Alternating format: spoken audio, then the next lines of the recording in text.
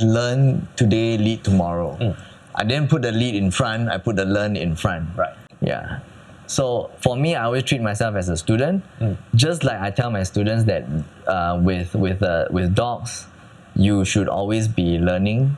Yeah, there's the point in which you tell yourself that I've done learning, or that I know everything. Then that's when you start to fall. Hi, my name is Kai Chan, a financial consultant, creator, and your host of the Creative Heart Show. In today's episode, I chat with Ethan Loke. Master trainer in dog behavior and psychology, he helps create harmony amongst pet dogs and their owners. We talked about his experience in dog training being more centered around training the owners rather than their pets, as well as misconceptions in dog behavior. All this while in the company of some furry friends at his facility. Enjoy the show.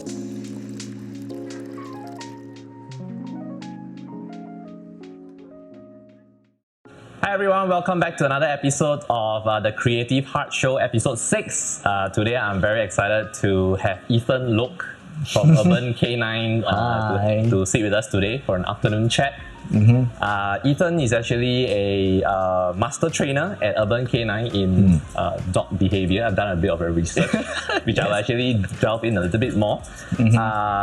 So dog behavior and psychology, basically what I know is that it's actually more than just dog training on its own. Basically, you actually help to create harmony, amongst dogs and their pet owners. So today we actually have 3 dogs with us in the facility. Is where we are here today is actually Ethan's facility at Urban K9. So it's going to be very lively here today in this episode. Show yourselves, dogs. Yeah. Bull, come on. Poppy, hello. Hi. And then This is Boo, Poppy, and Mochi. Mochi. Mochi is a Shiba, Yes. So he's got an attitude. Favorite breed. Yeah, like he's gonna Personally. I'm just gonna walk through frame later when Hello. it's You're the showing right your time. butt. Yeah. Boo. Turn around. Okay, you're gonna play. Go. Yeah. So yes. So Ethan is the founder of Urban K9. Yes. Co-founder. Together with my wife. You actually run with your wife for Yes. a couple of years now. Yes. And also, for those of you who actually follow Cesar Milan or dog owners, you would know that Ethan himself was actually the champion for the first Cesar Recruit Asia, and then also a co-host assistant trainer for the subsequent episodes. Yes, correct. So there's so many things I want to explore with Wow, you got all the facts right.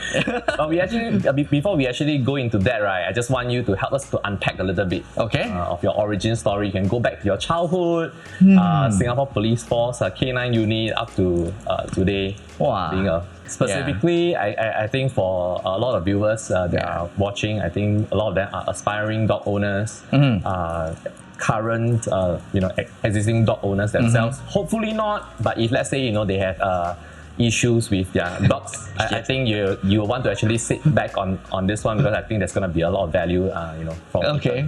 Yeah. But origin wise, I just a normal kid actually. Okay. I went through the whole Singapore education system. Okay. Nothing special. Just that I wasn't doing very well in school. Yeah. I mean, PSLE and O levels were fine. Right. But when I hit A levels, I started to have different interests. Okay. Amongst the interest was sports. In secondary school, I was into acting. Ooh. Yeah, and also the passion for dogs has always been there since young. Okay. And it started ever since we watch. So kids will grow up watching cartoons. I would grow up watching like Earth documentaries, Earth Visions, Discovery Channel, Animal Planet and all. Yeah, Animal Planet. Oh, At the time, it was still not Animal Planet. It was just like Earth Visions, BBC Earth Visions or something like that. Okay. Yeah, so I've always had an interest in dogs, particularly because I've known about like the connection that we can get with dogs.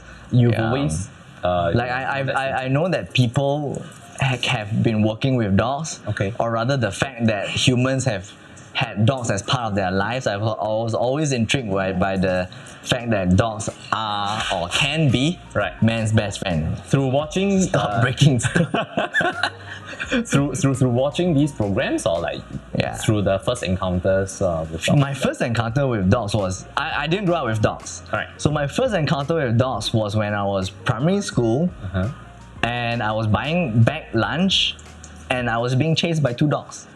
Oh. So my first encounter with dogs freaked me out. Okay. It's like, no! And then I shouted at the dogs. Right, I threw my lunch on the ground. I ran back to my block. Yeah, because from my hawker center, I encountered these 2 strays. Okay. Yeah, and then my heart was pounding. Okay. All the way. Okay. But you escaped that, yeah, I escaped lah. But if on hindsight, if I look at it, I think the dogs were just curious. Okay. And I was just overreacting. Right. Yeah. And then I kept a strong passion for reading up on dogs. Okay. I would go to the library and I'll borrow like all the books on dogs. Right. Last time I still remember Pasir Ris Library. I go and borrow every 2 weeks, return, yeah, then borrow again because I haven't finished that book. Right. And my goal was just to like memorize like dog breeds. Right. Yeah, it was almost, to me, it was very fascinating. And crap, now I'm going into all the details. No worries. So after the first encounter, which I would assume for probably some of the kids out there today, if they were to encounter such Yeah. experience, right? Yeah. They would probably have been traumatized. Yeah. So, but what actually kept you, interested, or like try to find out more of the experience, reflecting? Because I also knew Yeah. and I read that your parents did not allow you to actually have Yeah. any dogs back home. Correct. Yeah. Correct. So this is the thing about passion. Okay. Right? No matter what you encounter, Okay. or whatever setbacks that you hit, right? Right now I can't pinpoint to you why I still love dogs so much, even though I had a first bad experience. In fact, my second experience also quite bad. Huh? Oh, really? Yeah. I was training for like 400 meters. And then the third one, Third one, yeah, it didn't matter anymore because after that I thought like, okay lah. Okay, I thought one struck out already. No. But I kept going, you see. Okay. There's no point in which I felt that, oh, I'm just not gonna, I'm gonna start hating dogs from now on. Right. Yeah, so it doesn't dampen at all. In fact, it made me more intrigued. Like, why were the dogs chasing me? Yeah, so my second one was when I was practicing 400 meters at Pasir Ris Park also. Gonna chased by dogs again. I guess you never really found the answer until much later. Exactly. Okay. Until much later. But in my mind, I was just thinking, maybe those are a bit, 小高 one. 小高. Yeah. Due to lack of knowledge. Yes. Until I hit, actually, when I was in secondary school, my friends had dogs. I would go and make friends with their dogs. I would purposely make friends with those friends. Okay. Yeah. I would buy treats, and I would like bribe my friends. Hey, I got some treats for your dog. Can I see your dog? Naturally, your experience with them got better. Lah. Yes, correct. Until NS, then I got my real chance to actually work with dogs. Yes. Yeah, that was like a dream come true. In police K9 unit, right, we had to we can actually opt into the K9 unit. So I never actually knew that there is such a role. Yeah. Yeah. Were you in police too? No, I was actually Malaysian, converted Singaporean. Okay. But I came to Singapore since I was 15. Yeah. So to me, there's NS, there's Singapore Police Force, there's Air Force and all that. But I Yes. never knew that in the Singapore Police Force there's such a K9 unit. Have. Every country Yeah. also have. and if I were to review, I was actually offered citizenship back in JC. I didn't sign for that. Had I known, and because looking back, I've always been kind of like a dog lover as well. Yeah. That would probably be the kind of unit that I would choose to. Okay. Yeah, but how was the experience? What were the day-to-day duties like? What do you have to do? Was it very different from? Wow, if you ask me to reflect back on my time, I only see in my head, right? Okay. Like the moment you ask me that question, all I can think of are the good times that I had with my dog. Okay. Yeah. So what do you have to do every single day? Like, We had to walk the dogs, definitely. Okay. And we work shift. So sometimes it's morning shift, night shift. And then 2 off days. So morning shift, we'll bring the dogs out, walk. And we're attached to one dog. all of us, yeah, after our basic training and the basic training with the dogs, we're attached to one dog, and that would be like it's like our weapon. Yeah. So we don't carry guns, but we carry with us a dog. And mine was a German Shepherd. Yeah. So exercise is the first thing that we do. Sometimes, you know, people get lazy, they don't do that. So the dogs can be a little bit less easy to manage. But the duties, I would say, are actually quite boring. Okay. Yeah. I've actually seen you know, for those Malaysians or like Singaporeans who actually visit Malaysia, when you come across a causeway, sometimes, if I remember correctly, I actually have seen before like couple in the, I think it's in a cage or something. Yes. Are those the German kind of? Yeah, those are German Shepherds. Mostly narcotics and explosive detection dogs. Yeah, not sure whether I'm sharing classified information or not, but anyway, you're out. Yeah, anyway, we see it. But I think nowadays, because of like for maintenance of religious harmony, right? You don't see these dogs. Yeah, but I can say in other countries that they don't have these restrictions, right? You can actually see the dogs working at the airport itself. Yeah, and they're checking out, you know. And then, so now at this point you were in your NS. One thing I actually forgot to ask is, growing up, right? Since you've always gravitate towards like dogs, and you know, you always hang out with your friends who have dogs. But your parents never allowed you guys to actually have dogs at home. Have you tried pleaded like that's that the and thing. things like that? Yeah, I didn't try to plead my case at all. But also I understood that if I were to have a dog, it would eventually end up being my parents' dogs, because my parents would be at home spending time with the dog, taking care of the dog. I would be in school. Right? And I was quite involved in like my school activities, whether it was sports or schoolwork in general. So I knew that I wouldn't have I wouldn't be able to devote to having a dog.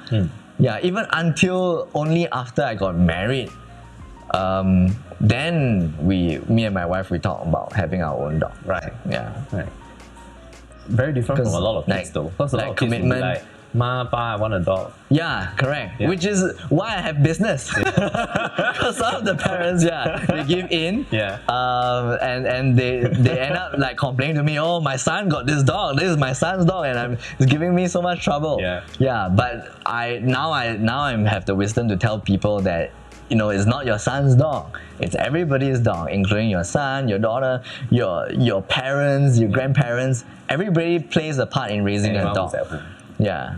So, I mean, it might have been a blessing in disguise, because that actually kept my fire like brewing until it was like time for me to actually work with dogs. And So, what I actually also read was that after your time at Singapore Police Force K9, you also started to give free dog trainings. But I mean to your friends who had dogs at the point of time. So just now when you actually mentioning about this point, right? So does that mean that at this point in time of your life, you've always had the idea that you would actually want to have a dog training business someday? Slowly grew. When I was younger, what were your plans back then? My plans were after NS. Because my academics were horrible. I actually screwed up my A-levels. So I was on track to becoming a NIE teacher, going to teaching in NIE. Because that was the only course that I got into due to my background in sports. So to be a PE teacher, not math or English, confirm fail on the student. So you've always been athletic? I have, I've always liked outdoor stuff and being it's very suitable because you have to run. And it has prepped me to endure the long hours that I work each day also. So from there, so things in my life has always come at the right time. Before I entered NIE, I actually interned with my brother's friend who was doing training and consultancy with schools. So I went to schools and experienced all the school culture and stuff.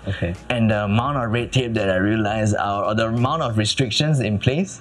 So I'm not the kind of guy that will thrive with a lot of rules and structure. Okay.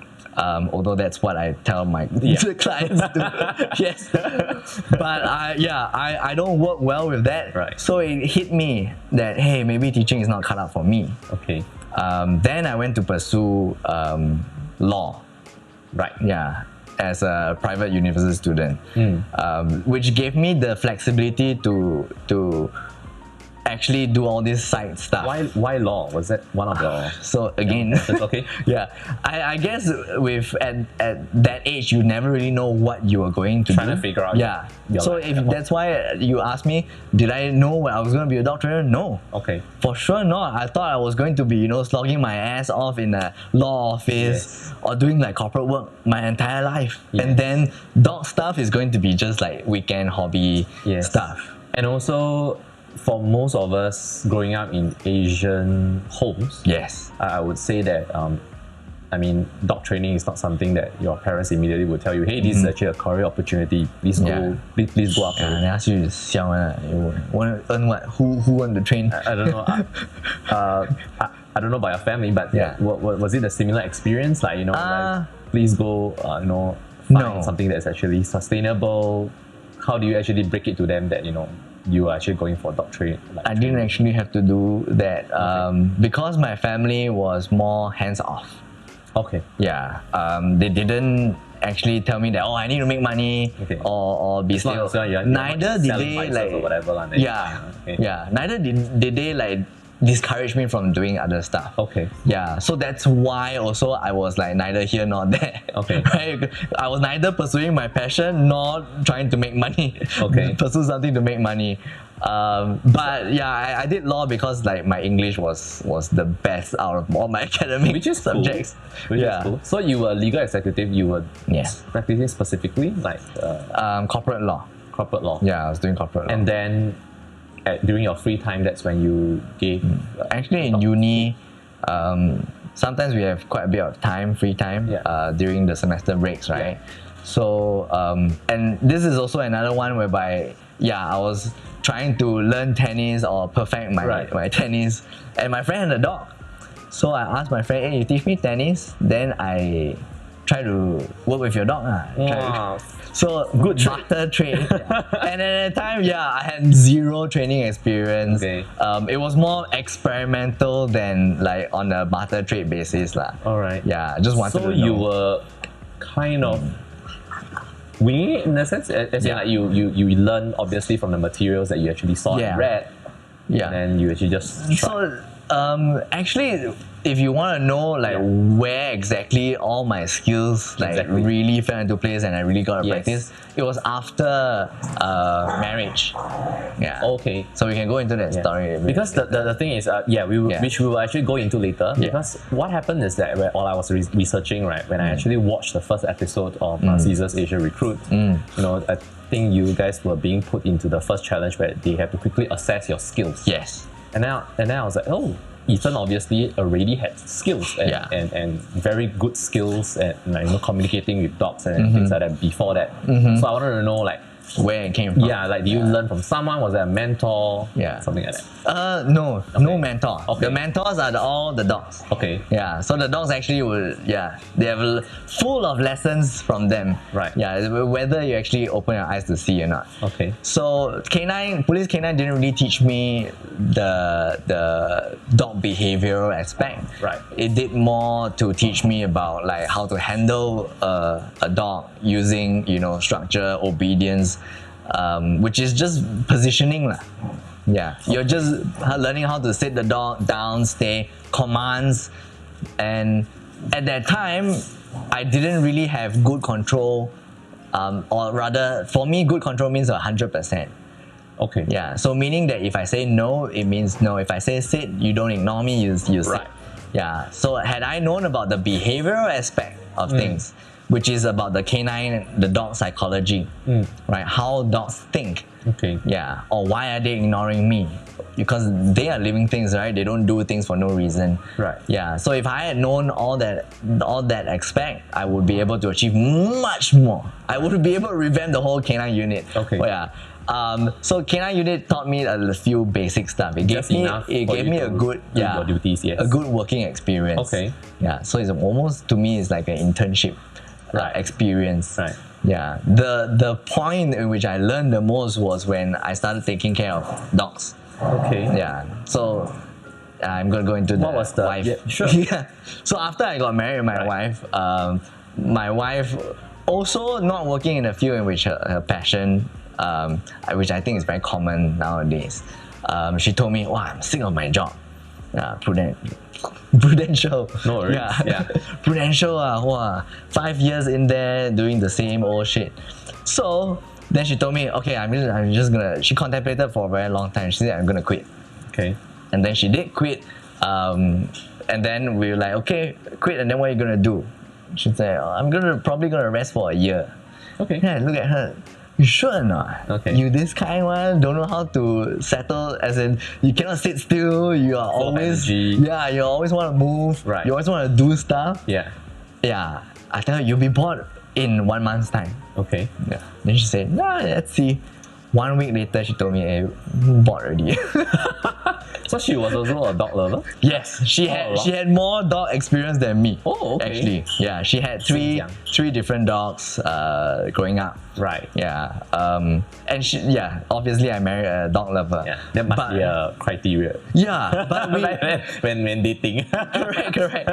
Yeah, so happy. Hey, also like dogs. yay. Yeah, but we never talked about doing a business or doing anything dog related. Okay. So when she was bored, right, I said, and then we tried to do some research online, like what can we do, Okay. yeah, to keep her, mentally stimulated. Occupied, yeah. Yeah. So since we like dogs, and then I chanced upon this dog sitting website.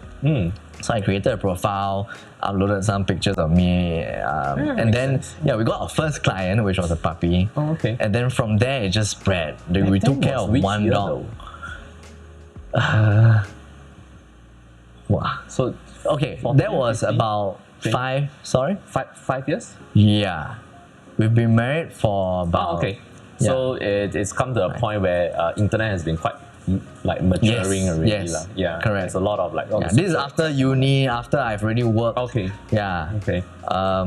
Yeah, lor. So you set up a profile. Yeah, set up a Dog profile. I sitting, got yeah. one client. Okay. Yeah. Immediately. Not really immediately.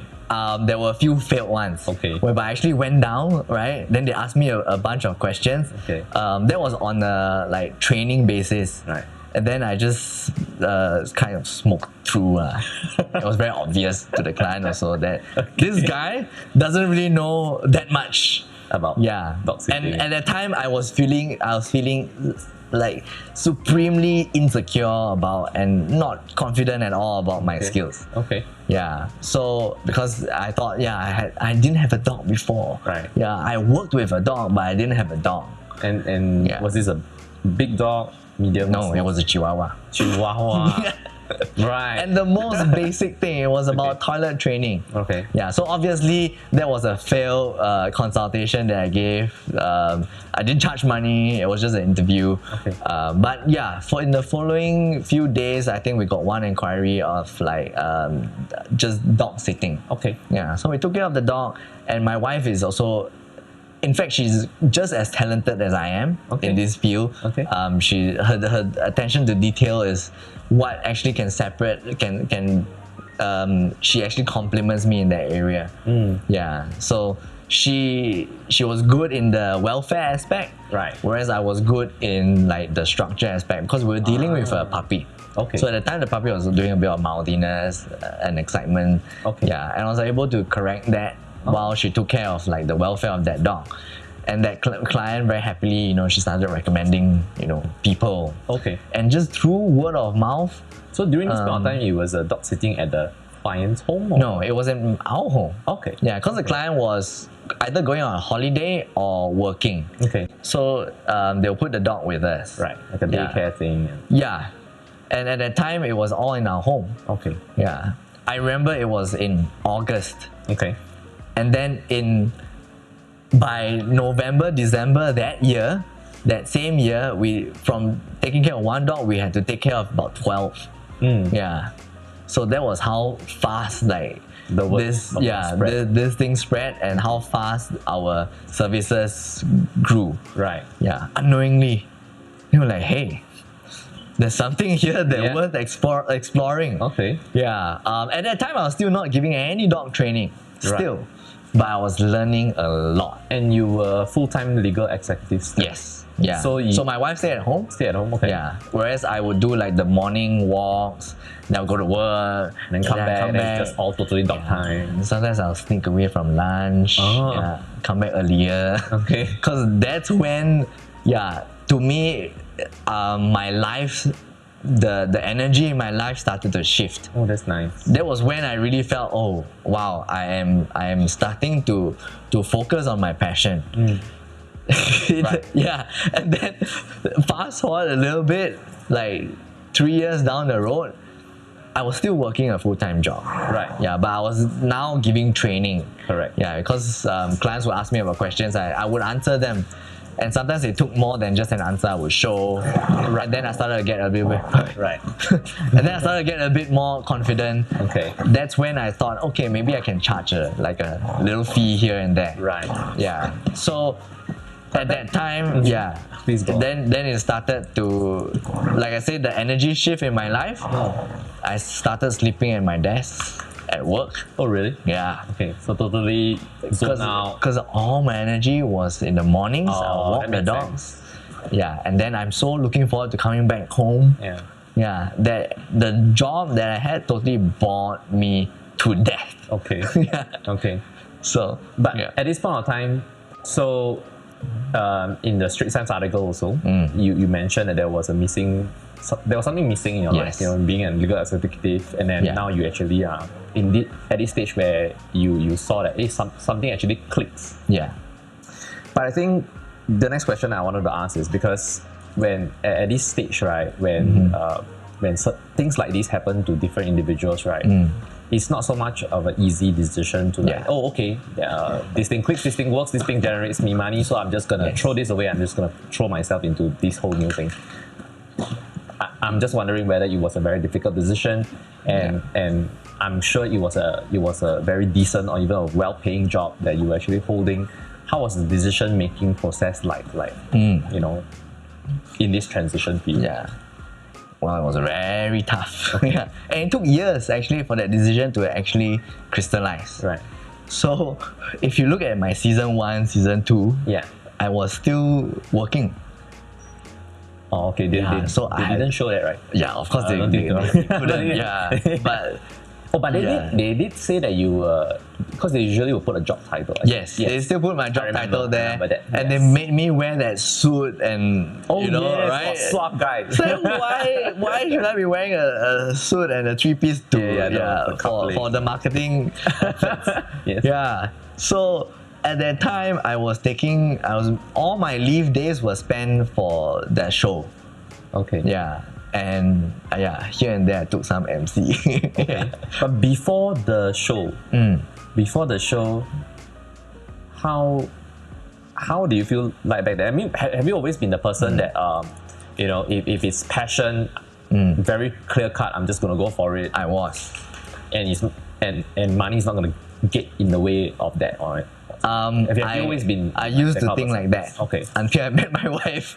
Oh, okay. Yeah. Think like. So I used to think like, okay lah, just leave everything behind. This is what I love. Let's do it. Because young. Yeah. Okay. Yeah. But after we got married, it's no longer just me. Right. Yeah. We had to think about it's about the household. So I knew that at the time I was still not making much money from dog training at all. Right. And the job that I had was paying quite well. and it took a very, very long decision. Yeah, so actually 3 years for me to actually feel that, okay, it's time to step out. Okay. Yeah, and my wife was very clear and that she gave me the numbers because she used to do accounting. Oh, okay. That makes Yeah. sense. Oh, okay. I don't. No. Yeah. Okay. So that's why to me the decision was like, hey, let's do it. Okay. Yeah, and then she gave me the hard truth. Look, these are our expenses, blah blah blah. Right. This is how much we're earning. Okay. And then at that time we also bought a house, Right. an apartment. Right. So she was looking into the future already. So was it a situation where, hey hubby, these are our numbers. We have X number of years of runway before we are dried up, so you can Not pursue years. whatever you want. Months or weeks. Oh, okay. Okay. Yeah. Actually, wait, no lah. Months, Months, not okay. years lah. Okay. Yeah, because we did save whatever that we made from the dog sitting, dog training. Yeah, that was meant for like a rainy day fund. Yeah. So actually, in her mind, she never thought that it would be something for operation, or like to keep things running while I went to look for my passion. Okay. Or pursue that side of things. Right. Yeah. Right. So yeah, we never made a decision until it was very, very clear in my mind. Okay. Right, that there's no way I can pull off 2 full-time jobs. Yeah, because the dog business was starting to really because especially after like the first season, I got more clients. Second season, then that's when I was really finding myself all over the place. So, was it a strategic decision to go to actually sign up for the show? How do you actually get into the show, Cesar's? So the show actually was just out of interest. Right. Like I just saw, Cesar Milan's coming to Singapore for the first time, to do a show. And I told my wife about it. My wife was like, okay lah, sign up lah. Yeah. And then I actually didn't sign up until the day before the deadline. Right. So my wife was like, and she was the one who reminded me, so this Cesar Milan thing, I thought you were very passionate about it. She used sarcasm, as she always is. So for those who are not very familiar in this, dog training space, dog behavior space, Cesar Milan is this very well-renowned the dog behaviorist. whisperer. Yeah, the dog whisperer. Yes. In the US, Yes. Mexican born, he's actually won a very good reputation for himself, and I think anybody in the dog world actually really know him and really look up to this guy, to actually want to be Half. In Asia, not so much yet, I feel. Right. Yeah. Because sometimes, the techniques that he does on the show, right? Different people have different opinions. So essentially, he actually has this reality TV show. For to actually kind of like recruit like the next Asia's trainer. His next. So that was a reality show, and that was when Ethan actually found his way to the first season. Yeah. Okay. Correct. So you just signed up for it. Was there an audition? No, you had to actually shoot a video. Right. Then you had to answer a bunch of questions and all that. Okay. So in the morning, I didn't even have the video yet. So we shot in the morning, and I took like so many takes. It was so awkward, talking in front of camera, and then you filming yourself. Your wife helped you. My wife was filming for me. Yeah, and you can imagine like she was like, "How many times do you need me to like?" I know how it feels. Repeat this line. The first few times, my wife and I actually are in front of the camera. It's like it's different when you're looking into a person's eyes and looking into that lens. Yes, right. It's like this thing goes on, and it's like my name. Yeah, so that I still have these jitters now and then, including when I'm filming also. Okay. Yeah, so we filmed and then I edited it. Half an hour before the deadline, I submitted my application. Okay. And then my wife was like, you submit so last minute, you think they're gonna pick you, man? Yeah. Do you? I was just gonna ask you. Do you know if there were many applicants? Yeah, there were thousands actually, all across Asia. All right. Yeah. So the next day, I was in the office. It was Monday already. Okay. I got a call. Okay. And then they told me that they wanted to speak to me. They wanted to meet me Oh wow. from the production house. Okay. Which I found out later, right, that it was because I submitted late, right? The It last came video out that the first few videos good that they saw. strategy. Yeah, exactly. Because if you So- submitted early, you would have been buried down the thread already. Yeah. So I don't know, like the common theme that I have, right, sometimes is like luck is on my side when I'm doing these kind of things, pursuing my passion. Like all the timings come into place. The right things come to me. Whereas when I'm trying to pursue law, you know, I was trying to get called and I was trying to, you know, pursue a master's and all that. Right. It was a drag. And I would fail and things just didn't align. Doesn't like sit right. Right. Yeah. So when I was doing all these things, so the timing was something in which I was like, wow. And I was lucky, I guess. So after that, they talked to me and they liked my story. Yeah, they liked the fact that sometimes I act a bit like Cesar also. Like from there they shared with me video. after I won. Okay. Yeah, because after that I got very close with the professionals. Understood. Yeah, and then So you got a call, and then you went up to the office to actually. So immediately, basically, you were being. After that, they shortlisted. Okay. Then after that, they said they'll do one more round of review, and then they cleared that review, and then they confirmed me as a contestant. So was there any kind of like pre-selection where you had to kind of show your skills, how you actually dealt with the dogs before you were officially chosen? It was through the video. Oh, okay. Yeah. So The video the video was also I showed the clients that I worked with. Yeah, so there were a few aggressive ones which I showcased in that video. Okay. It was 3 minutes, but so I tried to cram everything in. I also used Boo. At that time, she was my first dog, my only dog. And she was like a right hand to me. Yeah, and I would use her with my cases also lah. Yeah, so I showcased her, how I interacted with her. Right. Yeah, and a bit of showmanship kind of thing, like, hi, my name is what, and then just like Cesar, I have my.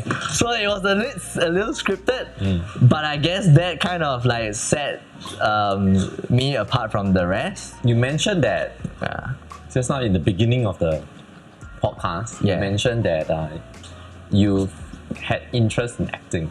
Yes. Yeah. So do you think looking back, this part actually kind of played into that, like the showmanship? Yeah. When I was growing up, I thought that I would be an actor also. Were you in like those theatre? I was in theatre. CCA? Yeah. And there was once also I was scouted to join a drama company. But again, people, I'm not sure whether my parents told me, or like friends or relatives, but I just had the impression that acting in Singapore is not gonna make money. Okay. Yeah, but same goes. Like if you have acting passion, just go for it. Right now, if I would give advice to my previous self, that would be the advice I would give. I mean, Because nobody would thought that we could make a living out of looking after dogs and training dogs. And I think at this point of time, you mentioned that things were actually picking up in terms of the dog training, and then you actually landed in the first season of Cesar's Asia Recruit. But at this point of time, was it already like, in terms of income, comparing to your job as a legal executive, was it like a 65%, 75% there, and then that's where you actually saw that this is a very clear opportunity, or was it still like a stark of difference that things ahead seem very uncertain? Yeah, things ahead seem like if I were to quit and then I'll do the dog stuff, right? I would suffer a loss of 40% in income. Okay. Yeah. Okay. So yeah. And almost. So for the show, so that was actually something that. No, which is why during when we were filming, right, I still had to have my job and do the show. Right. Second season was the same. I still had my job and I had to do the show. Okay. Yeah. Okay. But looking at now that we have hindsight, right? Every every aspect of time spent doing that just fueled my passion, Right. Bumped up my confidence. Right. And when I finally made the decision to, jump into the dog stuff, right? it was like, yeah, I'm already somebody in this field. I've already done this. Okay. Yeah. So that, even though it looked scary, it was like jumping off I always told my friends, they were asking me, hey, when are you going to go full time? Yes. Yeah, my friends could all see it. Like, this is the path that you should be going down. Ethan, look, you should be going down this path, blah, blah, blah. But to me, it still felt like I'm going to jump out of an aeroplane without a parachute. So friends saw it very clearly. Yeah, friends saw it very clearly. Like many of us, we always have self-doubt. Yes. For ourselves. Yeah, it was a combination of self-doubt plus uncertainty. Yeah. So what was that? I would say triggering experience or factor that made you flip the switch. I didn't listen to my wife. Okay. what? So what happened? Yeah, this one you don't know. So I was doing so bad at my job, right? Okay. That I was being put on this PIP program thing. What's that? Something improvement. Yeah, do you know? Oh, there's such a thing. Yeah, Oh, okay. just So performance improvement those program. HR. Okay. Yeah, those kind of crap. Okay. Yeah. I see. So at that time when they put me on that program, I already knew that I'm not gonna like take energy from whatever I have and then put it and devote it to my work so that I can improve, on paper. Wouldn't make sense. Yeah, it doesn't make sense to me anymore. So, I didn't lie to my wife, but I said that they are probably gonna fire me. Okay. Yeah. And it was a matter of whether they're gonna fire me or I would put in my resignation. Right. Yeah. So I actually put in my resignation before. How long did it take you to? I actually told my wife. How long did it take you to ponder upon that? Was it like after the PIP, like, screw this? Yeah. Okay. Yeah, it was. Because I started to figure out that even if I don't make money out of after I quit, right? The time that I would have spent in office, if I devote it to perfecting my craft, then it's still not wasted. Yeah. So even though I was paid to work in front of a computer, I feel that it was a waste. Right. Yeah, a waste of what I feel that at that time it was a waste of my talent. Right. Yeah. And at this time you've already gone through season 1 and Yeah, season 1, season 2. You are already under the apprenticeship of Cesar Milan. So was that something that actually kind of like, I think I'm a much better footing now than back then. Yes. So even then I had self-doubt. Okay. Yeah. Okay. So was it something that you gradually No, up to today I still have to self-doubt. today? Okay. Yes. I think for me, having that little bit of self-doubt has kept me humble, That's nice. or rather just grounded. Yeah.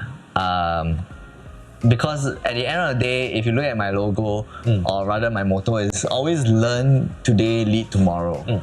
I didn't put the lead in front, I put the learn in front. Right. Yeah. So for me, I always treat myself as a student, just like I tell my students that with dogs, you should always be learning. Yeah, there's the point in which you tell yourself that I've done learning, or that I know everything. Then that's when you start to fall. Yeah. So I wanted to retain a little bit of that self-doubt, or rather that insecurity. I don't know what exactly to not the unhealthy, like, I'm bad at this kind of thing, but the more healthy sense in which you look at things that you do and then like, how can I have done it better, or maybe I shouldn't have done this. Yeah, maybe More today. about not resting on your laurels kind of thing. Yeah. Okay. Yeah. Right. That's what it is. Right. And I mean, despite all the probably encouragement from Cesar himself, like, Yeah. the kind of Cesar was every season he asking me. affirmation telling you that you have the talent. Like, why are you still in a legal executive? Like, Yeah. Did he ever tell you that? Yes. Okay. In your When are you face. gonna quit, man? Why do you have to go back to work after this filming? Okay. So, yeah. Okay. And then I was like, because life in Did he Singapore is expensive. Did he sit you down to like really have a chat and like? No. We had a lot of time in between scenes to chill and Okay. chat. Okay. Yeah. So, So it that's was a lot of things in your head. Yeah. But your wife's perspective, was she more of like a, yeah, I mean, like, we are cool if, let's say, for example, both of us want to actually go down this Yeah. route. She gave me the assurance that let's just do this for 6 months or 1 year. Oh, okay. Yeah. That's nice. And again, things like just clicked. Okay. Because when I had this amount of clients when I was working. Then after I quit, I filmed third season. Yeah. And then after third season, I mean, not because of third season, but after that, right, I had so much time and energy. I was not expecting me to get clients. But that was when, like, wow, suddenly all the clients just came. Third season. After I quit and after I finished filming third season. Oh, wow. Yeah. I still cannot explain, but one of my clients told me that it is probably because you free up energy. So again, it's about like how much, and energy is something which I teach to people about dogs, even animals and human connections, right? Because they read energy. So I also believe that we have this amount of energy that we have each day, just like the amount of time you have each day. Yeah. So I freed up all this like stagnating energy that I had was with my work or with the legal stuff and stuff that I didn't want to do, the corporate work. Right. And then I just start letting things enter my life. So that was her theory. Yeah. So which was why, like, when I finally had space, then all the clients started flooding in. Yeah. I don't know. To me, it's like a phenomenon. Boo. Enough. Good girl. Oh. Yeah. They do need a break sometimes. Something that's actually I find through my research and through consuming your content, Cesar's content and all this, it's precisely around surrounding this word called energy. Yes. Which is not something that I think immediately clicks with. Oh, he just did a very embarrassing thing. But, you know, still Shiba Inu, my favorite breed. Really? Okay. Later I talk to you about Shiba Inu a little bit. Yeah. You can talk to the podcast too, for those. There are other Shiba Inu lovers. But yeah, it's surrounding this word energy. Which is not exactly the most intuitive thing when aspiring pet owners want to get their first pet dog. Could you actually expand a little bit in terms of like your philosophy in terms of like doing dog behavior training and all that around energy? Ultimately, we have to recognize that we are as instinctual, as animalistic as all of them. We as human beings. We human beings. Okay. So you see, that's where you need to shift your thinking. Because we get so many questions like, if you were an animal, what would you be? If you were a dog, what breed would you be? That kind of questions, right? So if I ask you that if you were to be an animal, what would you be? I don't know. You don't know. Unicorn? I don't know. So people will say like horse. It can be mythical too, right? Like, oh, I'm a dragon, I'm a beast. But the thing is, the human being, to me, right, contrary to like whatever science tells us, the human being is also an animal, right? The only thing that separates us is probably speech. We use our voices to make all these little different sounds. Rationale as well? Rationality, yes. But it's not as if they are totally irrational. They understand risks too, right? They understand probability. Just that they don't exercise the intellectual side. So the intellectual side, the maybe also the spiritual side, and the vocalization is what sets us apart. But deep down inside, you have an ability, just like all of them, right, to connect with different species. And you can see it in real life examples: cows together with sheep, right? Horses with cats, dogs. People living in farms, right? They have that dynamic. And that is what we call that connection that we have, right? Or the way in which they see each species. So if you look at you put yourself in the eyes of a dog. A dog's not gonna see, oh, Chinese man, right? And then Chinese woman, and then like it sees another, Eurasian. Yes. Yeah. Okay. No, right? They're just gonna see you, Okay. not even as a human being, but just seeing how you move. Yeah. If I put you, or I put a horse in front, that dog is not gonna go, oh, there's a horse. Yeah. It's gonna see how the horse moves. Is the horse moving frantically? Okay. Is the horse moving calmly? Okay. Because they will have different reactions depending on Right. how things move. Right. Yeah. So if a human is calm, right, then to them, you're just a calm being. Okay. Yeah. So if a horse is calm, that's a calm being. Right. Yeah. So that's where they match the compatibility. If I am sometimes when I'm interacting with people, I can be energetic. Right. Yeah. So if you're energetic, then we'll be bouncing off each Yes. other, Yeah. like the energy. Yeah. But if you're calm, right, and I'm energy up here, right, you'll feel that this is something that's not level. Yeah. That's not in sync. Yeah, it's not in sync. Yeah. So that's energy. Okay. We have, in the human world, we like to label stuff, Right. right? Aura, Yeah. Okay. chi, Yes. right? Chakra. Vibe. Yeah. Fine. Yeah, but it's all, for me, it's, I'm viewing it like how an animal would view it, Okay. which is how my instinctual side would view it. Just like how sometimes you feel, hey, something is not right about this thing or this place. You feel it where? Here. You don't feel it here. You don't feel it here. Yeah, you feel it here. This one, okay, you feel with love, Right. Probably. Okay. Yeah, but actually, love, I also think it's here. Is this like their primary tool of engaging with the world? Like Yeah. For dogs? Yeah, for all animals. For all animals? Yeah. Okay. So, have you seen videos of like cats telling off an alligator, or like a chihuahua, dogs specifically, a chihuahua telling off a big Doberman, Okay. or Rottweiler? Okay. Yeah.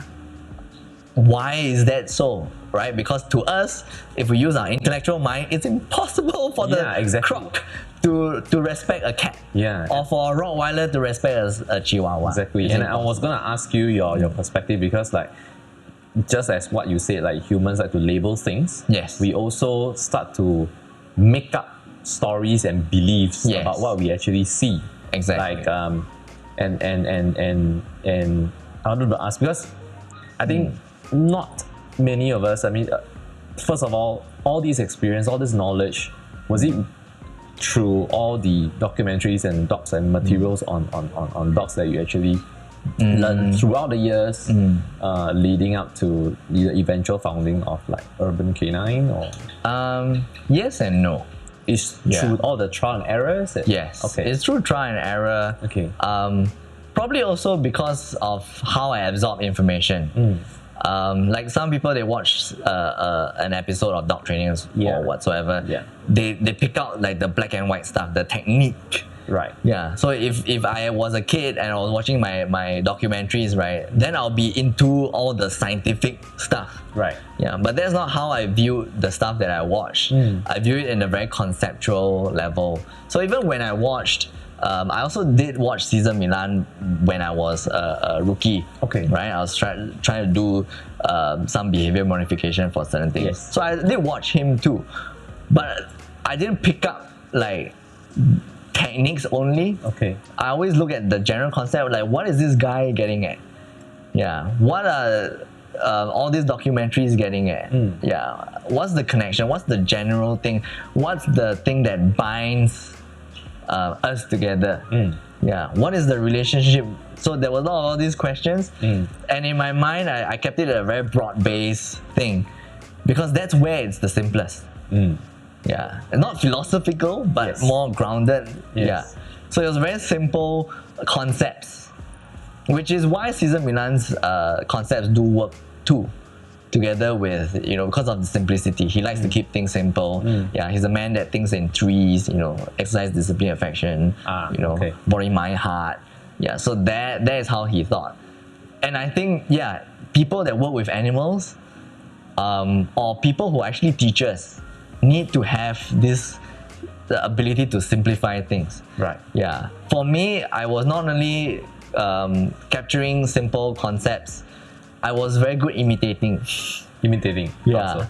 So I was doing acting, right? Yeah. And last time I would imitate my grandma and make my family laugh. Okay. Yeah. Okay. So from young, I kept having all these things. So it was very clear when I watched something or someone, I was able to pick out like how I was able to put myself in the dog's shoes, Right. and I was able to put myself in the human's shoes. Oh, okay. Yeah. So when I watch documentaries, even though it was just filming a bunch of chimpanzees or gorillas, right? I was able to put myself in like the gorilla shoes, like how they move. Yeah, like the body language too. Yeah. So like that's why I like to Almost imitate. feel. Yeah. Okay.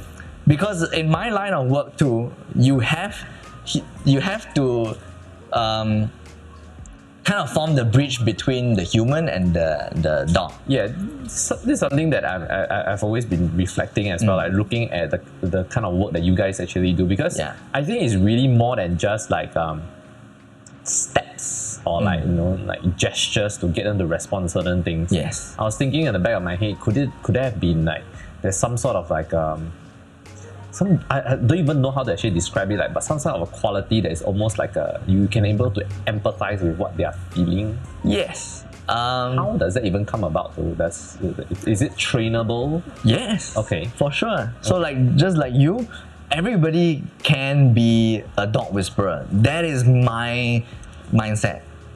Yeah. You don't need to be at my level to have a well-behaved dog, but you have some part of it. Okay. Yeah. And what should you master? Energy and body language. Okay. These two things. Because that's what that's the form of communication that you use with each other. Okay. Right? Energy, like seeing you, first impression. Yeah. So if you walked in today and you were shy, my dog's gonna be all over you, jumping over you. Okay. Right? But if you're gonna be here confident, right? My dog's not going to be that jumpy with you. Okay. Yeah. So they'll respond differently. Yeah. So that's why when I teach people, I have to teach people about body language also. Okay. Yeah, that's the human aspect. But when I relay what the dogs are feeling, I have to imitate. Yeah, to kind of humanize the knowledge for them.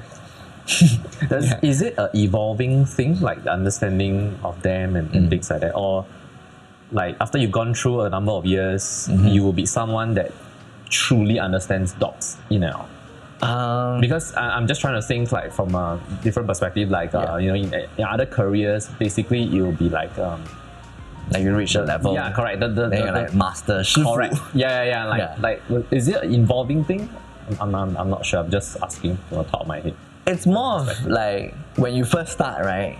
To me, the journey has been like, Okay. yeah, and then it comes to a point whereby each day I'm learning maybe lesser stuff because I know, a little bit more. Right. But whether there's a point in which, you're at the top of the game, I don't think so. Okay. Because millions of dogs, and dogs are just like humans, different. They're all different. Different backgrounds, different upbringing, different dynamics also.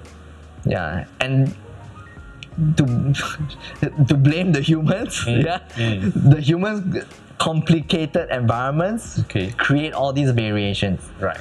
For which brings out different characteristics in dogs. Complicated as in like So dogs, is it like they have certain preconceived notion of how dogs work? Is that yes, Okay. as well as the dynamics. So like if the dog is raised or is being put in a family whereby there's constant quarreling at home, right? yeah, or put in a family whereby everybody's like very confused, right? The kids are like messing up the place, then naturally the dogs are gonna be confused too, Right. yeah, because that's the energy that's in the house and they're gonna absorb all the energy. That's the dynamics in which they hang around in, right? So like for example, if you go live with people in Bhutan, right? For Bhutan, Bhutan, okay. yeah, right? You go live there, you're gonna absorb all that calm energy Yes, that maybe makes sense. you might even come back happier, Sense, okay. right? Which is why people travel, Right. yeah. So they go travel, then they absorb all the energy, then they feel good. Yeah. So it's the same. When we put dogs into human households, Yeah. we are actually deviating from something that is totally natural for them, Okay. and we're immersing them in our energy. Yeah. What would you say to people who have, I would say maybe for all of us aspiring dog owners or Yes. like beginner dog owners who come with a preconceived notion that certain dogs, if let's say for example they have certain misbehaviors, the dog is born like that. It's half.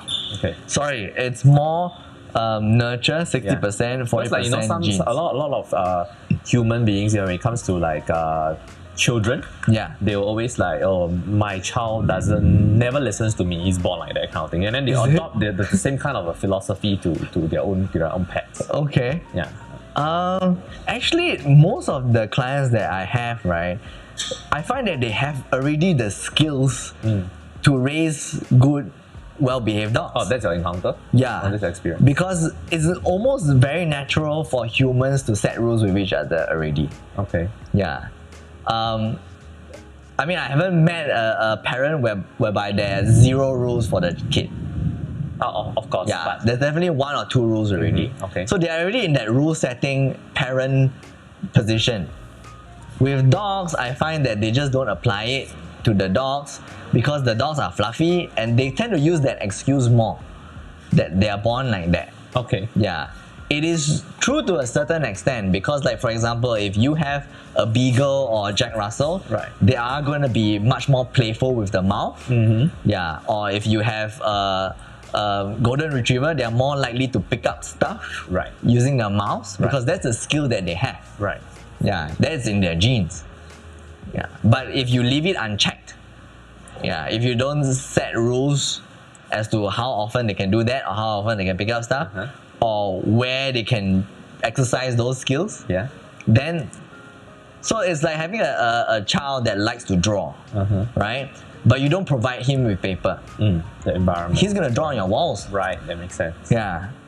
So that's the thing about. But with a they human, naturally gravitate towards lah. yeah. Okay. But with a human, you would find that, hey, I'm not doing something right. Yes. So you'll find solutions. Yes. Yeah. But with the dogs, I find that people tend to give up easier. Because maybe they just They might not simply understand. assume that, you know, I don't know how to go about this. Correct. Or they don't feel they have the power to do so. Okay. Yeah. Quite a few. Also, that low confidence thing or that self-doubt, I get a lot of that. Okay. Yeah. So when I retain that self-doubt, I'm also trying to empathize with some of my clients Right. that have that self-doubt. If our audio is not very clear, first of all, I apologize because it just started raining. Pouring. It's like pouring like mad. But yeah, literally raining cats and dogs since that cats are not around in the facility. Yes. Yeah. But it's good you get to be hanging out with all of them. Yeah. Yeah. So next question I wanted to ask you is, for those of us who are not that familiar, Yeah. just want to really get your perspective on it. Is there a difference between being a dog behaviorist or versus a dog trainer? Good question. Yes. To me, there's a technical difference. Okay. Yeah, because dog behavior requires you to deal with all kinds of behavior. Okay. Yeah, whereas when you're a dog trainer, it implies that you're just training the dog. Okay. Yeah, but it's a general term that people use. Oh, I need to find a dog trainer for my dog. I need to find a dog trainer for my dog. Right. But I think in the ideal perfect world, right, everybody should just be called a dog behaviorist. Okay. Because you're not training dogs, you are training humans. You are training humans how to guide their dogs. Yeah. You're training humans how to teach their dogs. Yeah. So in your structure, in your curriculum, in the kind of training that you actually provide for your clients, Yeah. philosophically wise, would you say it's like a 70% training humans, 30% training dogs kind of thing?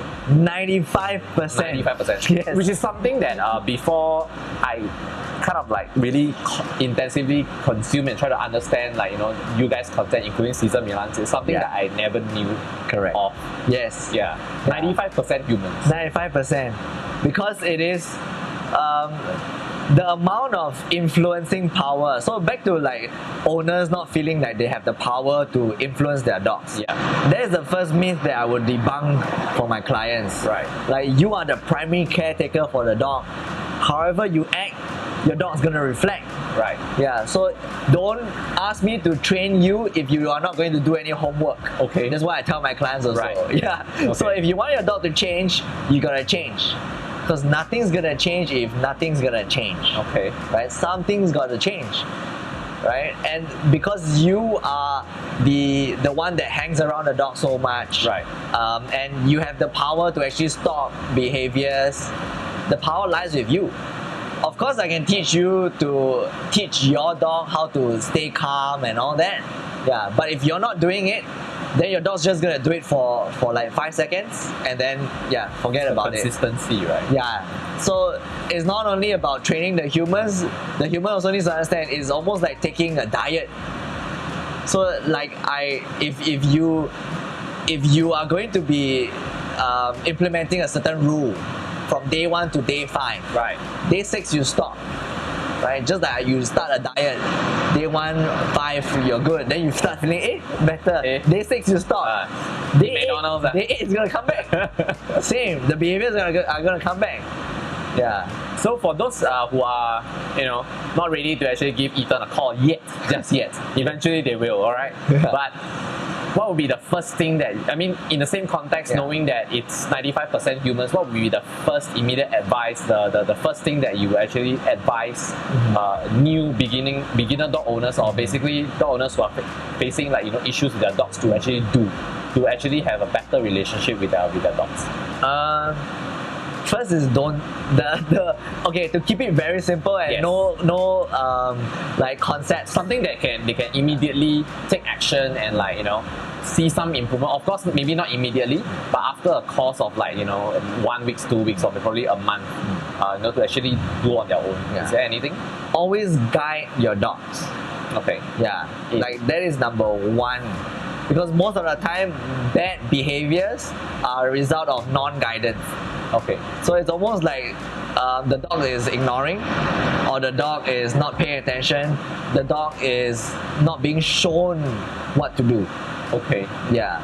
That is number 1. Yeah. But of course, I got many Of course, back with funny a lot of ones patience, also lah. because a lot of when we actually try to guide some, I guess many of us, And then you gotta do it over. the challenge will be patience. Challenge patience. Do you find that's one of the biggest challenges amongst your clients? No. Or not patient? Challenge is being firm. Oh. Not patient, but being persistent. Clients are definitely going to be patient with their dogs. In fact, they might be too patient. Sit. Very patient, right? Right? They can say so many times. Okay. But if it's a child, right? Do you see a lot of parents repeating the same commands for their kid? Maybe not. Like, go to your room. Yeah. Go to your room. Go to your. Then they grab. I told you how many times Yeah, I told you how many times already. Exactly. So I don't need patience. Right. Yeah, but it's more of like making sure that you get what you want, Okay. which I think is persistence more than patience. Because, like for example, you next time want Shiba Inu, right? Yeah. Hey. Yeah. Next time you want Shiba Inu, they are gonna trump you in terms of like determination if you are not persistent. Right. Yeah. If you are patient, then they win because they can really test your patience. Yeah, and some of my owners they give up before they even reach the level of getting what they want. Right. Because they never persist. Yeah, they've been very patient with their dogs, but they never persist. So is there like a certain, do you help your clients, like let's say for example they come to you, like for example for me, I'm an aspiring dog owner, do you help to assess based on my natural energy level, what certain type of dog breeds? Yeah. Because the next question I was going to ask is that, because dog breeds and all that, I even read out about like top 10 most dangerous dog breeds.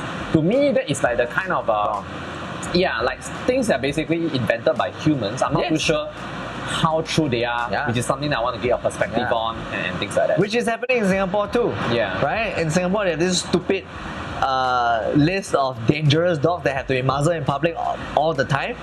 Yeah, that's racism. Yeah. So for dogs, or rather for humans, when I assess like whether they're compatible or not, I always look at the lifestyle of the human and the energy level of the dogs. So they're born with like certain levels of energy: high energy, low, medium, super high. Yeah. So if there's an incompatibility there, right, straight away I would. Firstly, that's what I tell my clients. Like, this is what is happening. Right, you are right here, but your dog is like right here. Right. Yeah. So in order for you to get certain behaviors right, like that you want, you gotta change your lifestyle a little bit. Yeah. And sometimes, I have tried, but sometimes they're just not effective. Which is why I don't train clients in a mass group. Okay. Mass group, I can share information, right? Like all this dog psychology conceptual information. But the private sessions is when I really go down to how effective they are, right? Whether they're regulating their energy. So they can tell a dog to like sit, right? But they're doing this, Is the person following what I'm preaching, right? Whereby tell your dog what to do, sit. But what's the energy behind the action? It can be frustrating. It can be like embarrassed. People looking at me. Or it can be impatience also sometimes. So when the energy is not right, no amount of training or technique is gonna help you. So I'm always zooming in on like, okay, how are you performing your guidance for the dog? And most of the time it's because humans want to communicate with dogs the human way. Say it, ask you to say it already. Hey, can you please say it? Stop biting that, stop. I tell you how many times already, don't bite already. Right? So they're very vocal. And then the dog is receiving all this like onslaught of voices. Verbal diarrhea. Are you barking at me if I'm a dog? Right? So they get confused, and sometimes the more vocal they are, the more excited a dog will get. So you're actually feeding excitement when you want calmness, for example. So basically, there is such a thing as different breeds having different natural energy levels, but it's not so much about like one breed. It's more dangerous. So like one litter already has like different levels of energy also. I see. Like a family ma. Like rather like humans. So it doesn't mean that one. It's not necessary that one breed has a naturally higher energy than another. Humans came out of that list because they ranked powerful. So a lot of the dogs on that list are big, powerful dogs. Right? They have the potential to do damage. But that's about it. They are not born dangerous. Right? Just like no baby is born a murderer. Right? Makes sense. Maybe Adolf Hitler the exception, but dogs the same. There's no aggressive like from a puppy. They are not born aggressive. It's because the behaviors have gone unchecked. Either by the human or lack of social interaction with other dogs. So all these behaviors have been allowed to perpetuate. I always tell my clients, in Mother Nature, if you don't prevent a behavior, if you don't stop a behavior, you're nurturing that behavior. So that is the main thing about guiding dogs. So you are still like under the apprenticeship of Cesar Milan, right? I guess not really. Not really. But so like the whole thing about the show, right? People think that I actually won, and then I trained under him, went into intensive training and all that. That's not how it works, In fact, most of the training that I got was during the show itself. My chats with him. And just spending time with him. The techniques and all that once in a while I pick up a few from him. But you're still able to tap on the resource lah. Yes. Right? Yeah. Okay. But I didn't do. I went to LA to attend his workshop. Yes. Yeah. Together with all the The other dog students. psychology Yeah. Correct. center, the dog psychology center, right? Correct. And he know that I go there. I already know most of the stuff that he's teaching. But his tip to me was like, get the concept also. So he was also a very conceptual person. He knew how I worked, and he knew like what I could gain, even though I already knew the content. Right, because I spent much more time with him than at the workshop itself. Yeah, so there he told me like, why not you replicate the workshop basis and bring it back to Singapore too. Understand. Right. Some things I can, some things I can't. Okay. So yeah, in the States, there's a little bit more leeway. I can't have like chickens and like llamas and horses over here. No space like even if you want to, I think. Yeah. But what would you say that your approach to dog training has evolved? Like, before knowing Cesar personally, and since your years spent at the show. So the main thing I got from Cesar was his approach with humans. Okay. Yeah. He was also like, his mantra was, I rehabilitate dogs and I train humans. I train humans and I rehabilitate dogs. Yeah, that's his tagline. Man. Okay. Yeah. So if you ask me also, does Cesar have a Cesar, like people tell me, oh, that's the Cesar thing. And yeah, that's Cesar's training style. Yeah. But his training style is not only about what you see on TV. It's much more than that. Yeah. So, but what makes him so special is his ability to make things simple. And he uses humor to connect. Yes. He's also Mexican. Yeah. So he's got that like energetic vibe about him too. Yes. So that was what I got from him. Okay. Yeah. Whether I copied him or what, maybe a little bit. I copied his assertiveness, the way in which sometimes he has to tell the clients straight up. Right. Yeah, you're not using common sense. Okay. That kind of stuff. Yeah. Like the phrasing and all that. Yeah, I do take a bit from him. But the style, yes, I evolved because from him I understood what it is really to train a human. So his is very like, make the human do something without them knowing. Right. Yeah. Like for example, he will ask them to take over a dog, and then he will chat with the person as they walk. Right. Right. And then he'll chat, and then he will like, do you realize that your dog is walking nicely since the time that we've chatted? Yeah.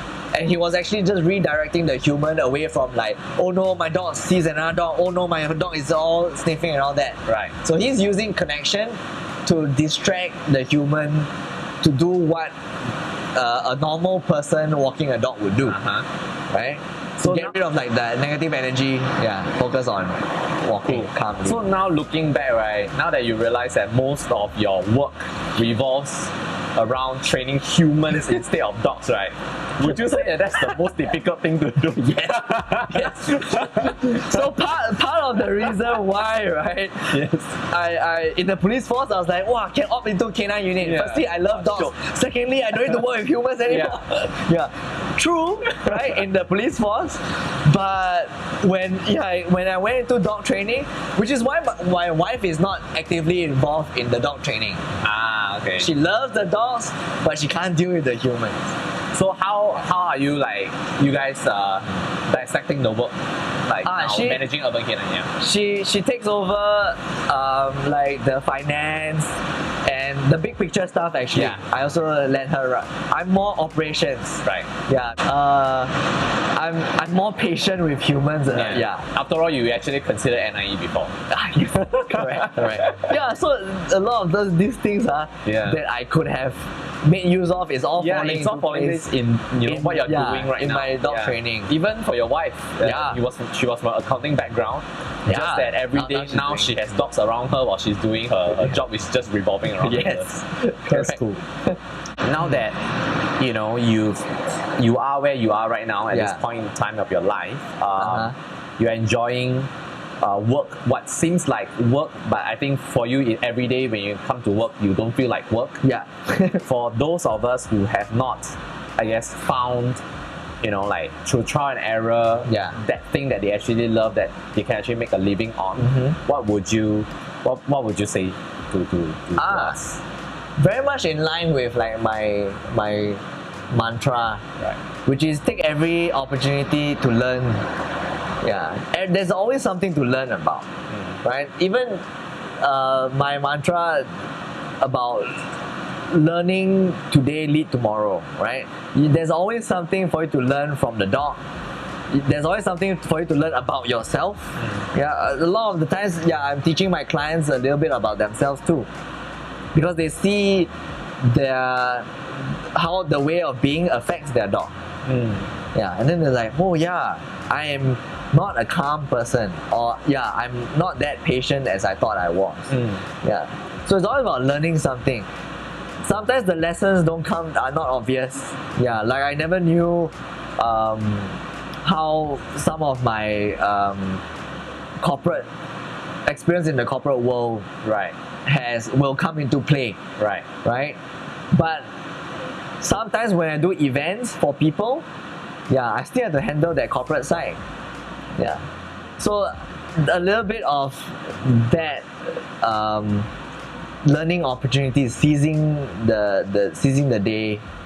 Yeah, that kind of mantra I would give to people. I see. Yeah, because you never know when the lessons that you pick up, or it might not even come in the form of lessons. Okay. It might come in the form of pain, failure, mistakes, or people just telling you like, hey, you're stop doing this now. Why are you doing this?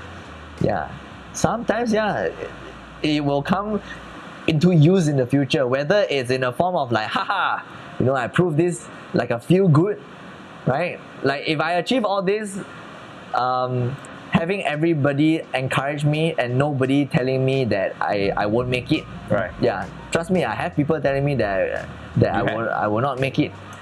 Yeah, and when you told them that you were going to go full time, I didn't really announce it. Okay. Yeah, but there were definitely doubters or people that thought that I'm not as good.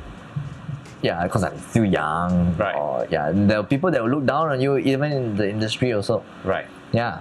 Or people that will underestimate you. Is it a very big industry? No. Is it a small community? Very in small Singapore? community. Right. Yeah, but having these people tell you this kind of stuff at the point in time in which you receive it, it might make you feel like shit. Right. But down the road, it's like an added bonus, plus positive feeling that you have. Right. Yeah. So which adds even greater satisfaction to whatever that you have achieved. Cool. Yeah. So even your haters, that's a plus. Yeah. Because you get to prove them wrong. To wrap this part up, right? You mentioned that there were no mentors. The mentors were the dogs themselves. Yes. Right? What would you say is the greatest thing you've learned from your dogs? Wow. Because you mentioned that the lessons may not be straightforward even for the clients. Yeah. There were too many. Okay. Yeah. But it's also at different junctures it will be applicable. So the first thing if you ask me what's at the top of my mind, is living in the moment. Okay. Yeah, living in the moment is something that Cesar has said also, that you talk to other dog trainers, they also say that dogs live in the moment too. Okay. Yeah. But like I said, it is situational. Right. Like for example, if I live in the moment, then at the time where I felt like doing dog training, I would have just quit everything and just straight away start doing this, and then I'll fail down the road probably. Right. Yeah. But the living in the moment part is kind of the one thing that keeps us humans happy-go-lucky, keeps us simple. This one a little bit more philosophical. Yeah, but it's your experience, right? Yeah, a bit more airy-fairy kind of thing, because it's about having an ideal world. Yeah, because if you're an happy-go-lucky, living in the moment state of mind, there will be very little of like hate, selfishness, greedy, greed, and all this, unhealthy competition coming into play. Yeah, because then everybody would just be not looking at the past and self-doubting. Right. Neither are they worrying about the future. Right. Yeah, but yeah, that one is more of like if you just want to live a carefree life. Yeah, which is why, like, for them, right, like, they are, when they're playing, they're really playing. Yeah, when they're eating, it's like every meal. Yeah, it's a new meal. Yeah, even though they're That's eating true. the same stuff every day. For the past don't know how many years. Yeah, exactly. Right? So like that kind of enjoyment that they get from the simplest things. Yeah. That's them living in the moment and living it very simple, keeping their life very simple. Cool. Yeah. If I could be a dog, reborn as a dog, I would. You'd be very happy. Yeah, be reborn as my dog, probably. Cool. I think I've never actually thought about it that way, but that's very nice. Yeah. Yeah. Cool, Ethan. That pretty much wraps up the more deep thought questions. The next, just gonna spend about like 5 to 10 minutes. We're gonna have a few rapid fire questions that I'm just gonna shoot to you. Okay. All right. Wow. Okay. So Let me. So I see that you are very athletic by nature. Yes. So what do you do nowadays? How do you actually keeping yourself fit? Do you jog with your dogs? Like, I walk them. Okay. Definitely. But on myself, I do spend quite a lot of days in the gym. Yeah, Okay. I try to also, because I do enjoy pushing my physical self too. Right. Even though each day I'm feeling less young. So talking about this, right? I do actually have a photographer friend. He's a full-time. He's in the photography business. He said that for him, right? Yes. Because he does a lot of pre-wedding travel photography. For him, right? He said that people don't associate fitness with photographers, but that's like one of the thing that you have to exactly because of all the gear, the bags and stuff. It's very taxing, and sometimes you have to run up and down locations. Would you say that applies to like dog as well? Okay. Same also. Like I have to remain fit, athletic, because when with my daycare dogs, I don't just walk like 1 or 2. I walk 12, 20 of them together, a pack. Nice. Yeah, entire pack. So there has to be some form of a level of fitness there, and with the energy also, sometimes you want to play with them. Yeah, it's like when you have a child, you also want to be able to run with your child. Otherwise, you just drain out and then you're just flat by the end of the day. Exactly. Okay, this one I'm not too sure. Do you have a favorite dog breed? Yes, but it's banned in Singapore. I love pit bulls. Oh. Yeah. But if you ask me like a more legal one, I love German Shepherds. Yeah. Golden Retrievers. Actually, I have a few favorite dog breeds. Yeah. But it's. I must say that actually right now, wait. Let me think about it again. It's not a favorite breed anymore. It's a favorite energy. Yeah. So you like high energy types? Calm, happy-go-lucky. Okay. Yeah, these two, which is also what I teach my clients to go for. Right. Because calm, because then they will be, listeners. They will follow. Happy-go-lucky, because then they'll be active. Right. Yeah, right. Playing, and they're not over-excited. Yeah, they're not over, because when things are over, they become aggressive. They go into those. Yeah. So even if you give me a pit bull, but it's not well behaved, I will not like the pit bull. So I'm not that extreme, but if you give me that breed, no matter what, I will love that breed. Yeah. Right now we spend so much time with different dogs. Yeah. So even my Singapore special, my mongrel, I love her too, because she is the energy that I like, which is calm, happy-go-lucky. Yeah. Calmness when I ask for it lah. She's. My wife and I love a particular breed that is actually banned in Singapore as well. Which one? Akita? Yeah. So actually, the powerful breeds have a very big appeal. Yeah, because they're very majestic. Yeah, and I guess with us, right? Yeah. We sometimes have a status thing with dogs too. Yeah. Yeah. But that's like the human side. Yeah, lor. Yeah. But Akitas would be interesting. I've not worked with an Akita before. Oh. Yeah. I've seen some in the States. But if you raise them up nicely, they'll just be as calm as Yeah, we during our trips in Japan, we have had the opportunity to bump into a few. Yes. As owners actually walk them on streets, and Yeah. they're so nice that Exactly. I don't see like why they even ended up on lists of like one of those dangerous Exactly. dog breeds. Yeah. Exactly. And then we even came across like mastiffs in Japan. Like, oh, this one is like Yeah. huge. The most But they are such dangerous gentle breed. beasts. Yeah, exactly. The bigger they are, sometimes the lower the energy. Yeah. Yeah. The most dangerous breed is the human. Yeah. Top of the You should only list. have one. Top of the Yeah. list.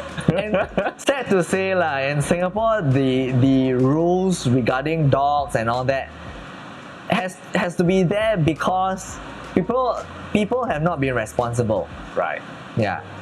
Or Singapore being a bit, kiasi, whichever. Right. Yeah, they have all these measures in place, Right. which deprives certain people. Like, I'm sure if you have an Akita, right, you will not be allowing him or her to be, jumping on people and all that.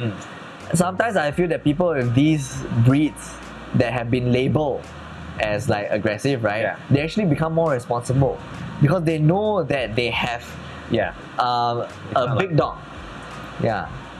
But then they send them to like sometimes the mandatory obedience training, which is not what they need actually. Yeah. They kind of like force. I mean, you're being put in a position Yeah. where you have to make it work. Yeah. In the ideal world, of course, there doesn't need to be this list. People just know that I have a powerful dog. Right. Right? Then Yeah. yeah. But okay, let's not criticize too much. That's true. Yeah. So, But sorry, just go on. if I can change, if Yes. I'm in a position to influence, I would actually want to, of course, not like totally take away that, right? That measure. There are definitely some reasoning behind it, but if I believe we so. if we educate well enough, or if we expose people to more relatable, more relevant knowledge, Right. then I think we can do away with the list slowly. I hope so. Yeah. I remember the first time that we actually texted, you mentioned about it's very unfortunate that nobody actually created dog passports. Yeah. I hope to see that one day too. And I mean, That one is let's start with more multinational friendly, cooperation though. more friendly premises, dog-friendly premises in Singapore. Yeah. I think that will be great. Yeah. Yeah. So now, every day, your world is pretty much revolving around dogs. Yes. What are your other passions? Other passions, Yeah. martial arts. Oh, Yeah, so I love to do martial arts. If I've been doing particular a bit of Muay Thai and BJJ, yeah, Brazilian Jiu Jitsu. okay. Yeah, but I never got to a point whereby I was, I can say, I've retained like, purple belt, black belt, Right. that kind of Right. stuff. Muay Thai, I did it for about 2 years. Okay. Yeah, but I never.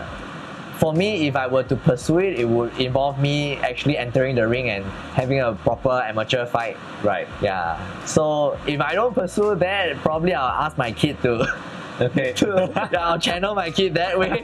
Yeah, because I also believe in the values of martial arts. Yeah, and it deals with a lot of your energy, That's relaxation, and it is good for. For fitness. Fitness. I was the fittest when I was doing martial arts. Yeah, and I wish if I had, Now you the just time. lift your dogs every day. Yeah, Boo eat some more, Yeah. then she'll be heavy. So, if it wasn't for this dog training industry, what would you have pursued now looking back? Would you still be... I'll probably open a gym. Yeah. Yeah. Because I do like the coaching aspect also. Even though I say sometimes, the humans drive me crazy, or like, I wish that the human can just like, I can just download information into you and like stop. Yeah. Yeah. Doing stuff that is wrong. So I do gym enjoy personally that. revolving around Muay Thai and all that. Martial Yes. arts, not the strength training kind of gym. Strength training also, but more functional fitness, CrossFit. I was very into CrossFit. Oh, okay. Yeah, so So nowadays that it's because aspect. of like work and stuff. You still get to do a bit of that. Yeah, right now I do like high intensity, so I only need to spend like half an hour, 45 minutes in the gym, and then I'm out. Then Are you a morning person? no, I was forced to be a morning person. So how's your like day-to-day work life right now? Wow. Like morning, walk In the the dogs, morning. gym, then No, something like in the that? morning I can drink water, right? Can. Yeah. Go ahead. So in the morning I wake up, right? First thing I do, I fetch dogs.